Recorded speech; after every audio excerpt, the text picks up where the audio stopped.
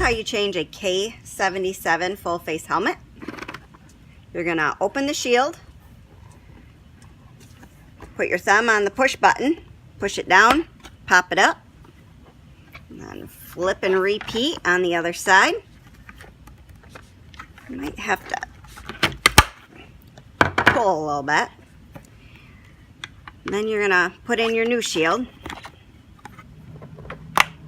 Just kind of line it up, push the button, flip it.